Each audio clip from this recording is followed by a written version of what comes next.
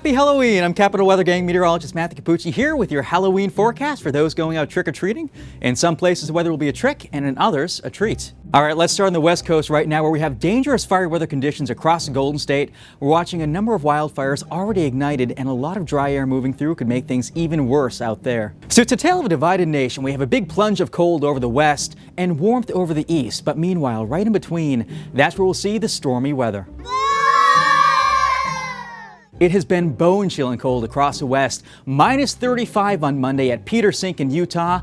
0 degrees to start your Halloween in Denver, and by the afternoon, a balmy 38. That comes after Denver saw more than 6 inches of ghostly white snow.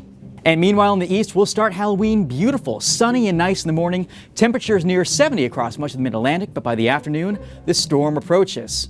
Now in between those two air masses, that's where we clash and that's where we get the storms. Where will you see the storms? Well, we look at the weather map right now.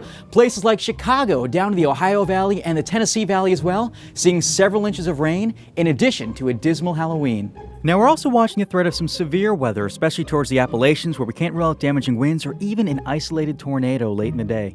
Now the good news for those who have Friday night or Saturday night plans, the weather is looking much better in the east. The front should clear the coast, but for the time being, Halloween looks a little bit dicey. Now the timing of the front is crucial for cities like DC, Baltimore, Philly, and New York City.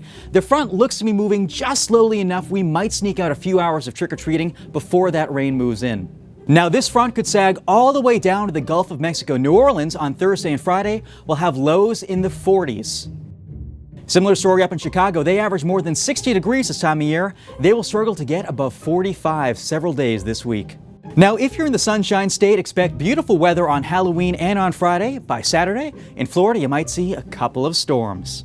Now, even if the front slows down, that's good news for the East Coast, but bad news for places like the Ohio Valley, Midwest, Illinois, Indiana, because then the rain could linger during trick-or-treating. And no matter where you are, have fun, be safe, and remember, lots of candy is in the forecast.